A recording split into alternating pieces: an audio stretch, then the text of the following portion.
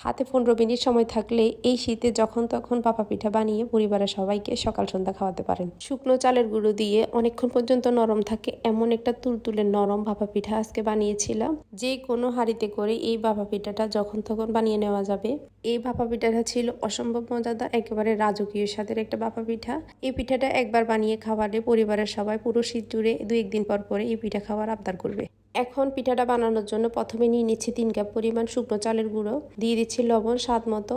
এখন 2 কাপ পরিমাণ পানিতে হাফ কাপ পরিমাণ গুড় দিয়ে একটা লিকুইড গুড়ের মিশ্রণ তৈরি করে নিয়েছি এবং এটাকে একটু ভালোভাবে গরম করে নিয়েছি। অবশ্যই কুসুম গরম থেকে একটু বেশি গরম গুড়ের পানি তৈরি করলে পিঠাটা অনেকক্ষণ পর্যন্ত সফট থাকে আর এই পিঠাটা বানানোর সময় ভেঙে যাওয়ার সম্ভাবনাও থাকে না। এখন অল্প অল্প করে গুড়ের মিশ্রণটা চালের গুঁড়িতে দিয়ে চালের গুঁড়িটা মাখিয়ে নিব। চালের গুঁড়িটা এমনভাবে মাখিয়ে নিতে হবে যাতে চালের গুঁড়িটা হাতের মুঠি করলে মুঠিটা জমে যায় এবং খুব সহজে ঝরঝর করে পড়ে যাবে না। এখন চালের গুঁড়িটা ভালোভাবে মেখে নেওয়ার পরে চালের গুঁড়িটাকে একটা বাঁশের চালনিতে আমি চেলে নিয়েছি, আবার একটা প্লাস্টিকের চালনিতে চেলে নিয়েছি। আপনাদের বাসায় যেটা থাকে সেটা দিয়ে চেলে নিতে পারেন। এখানে নিয়েছি একটা পাতলা সুতির কাপড়, নিয়েছি গুড় আর নিয়েছি নারিকেল।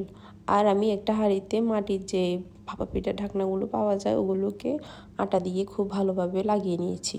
এরকম একটা ঢাকনা থাকলে যে কোনো হাঁড়িতেই খুব সহজেই ভাপা পিঠাটা বানিয়ে নেওয়া যায়।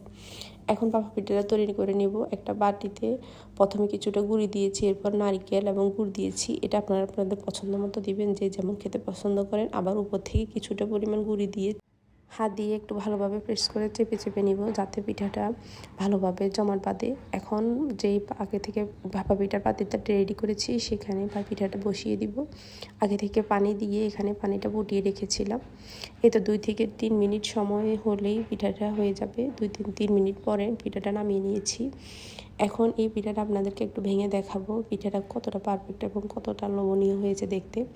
এই ভাপা পিঠাটা একবার হলো এভাবে বাসায় বানিয়ে ট্রাই করে দেখবেন, অসম্ভব মজা লাগে।